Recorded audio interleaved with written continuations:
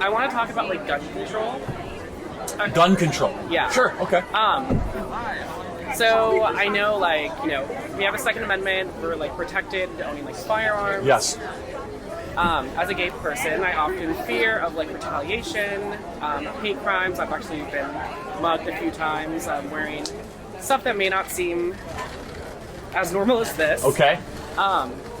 What can like we do from like a Second Amendment perspective to like help bring people into like the fold of like gun ownership in order for like self-protection?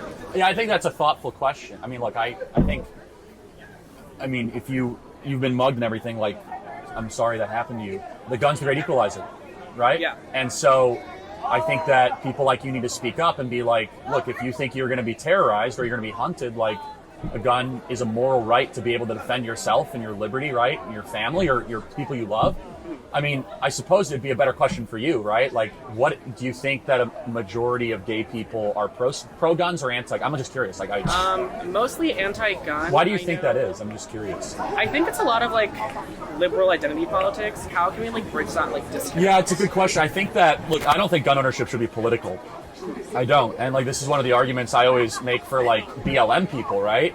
It's like, if you think you're getting hunted down, then like responsibly own guns, right? But there is a fear around gun ownership in America. I think it should transcend, sexual persuasion or skin color, right? I think it's a moral right for all people, especially if you think, especially women who are, potentially at a physical disadvantage from defending themselves, right? And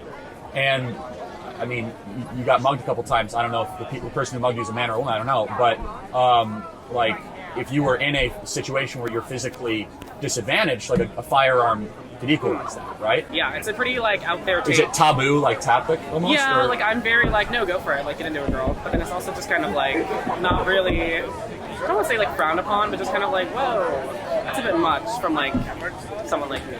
But I just thought I'd ask. Well, I want to encourage you, like, don't let that get to you. I'm much more like pro gun ownership and like Second Amendment type. Yeah, okay. And that's because of necessity, like basically what happened to you, or just... Yeah, but also just more of like community defense, I would say. Sure.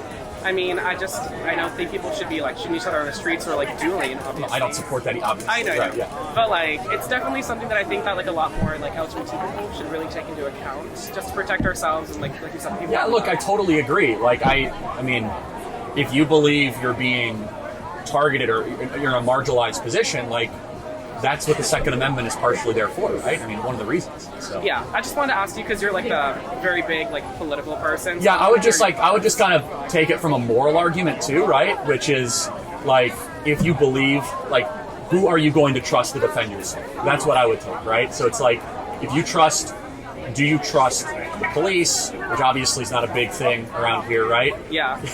Do you trust, like, I don't know, someone that you think will hurt you? Then the moral argument of the Second Amendment is that you should be responsible for your own autonomy and your own safety, right? There's other reasons too, but. Okay, thank you. Have a good day. Thank you. I appreciate it. Thoughtful question.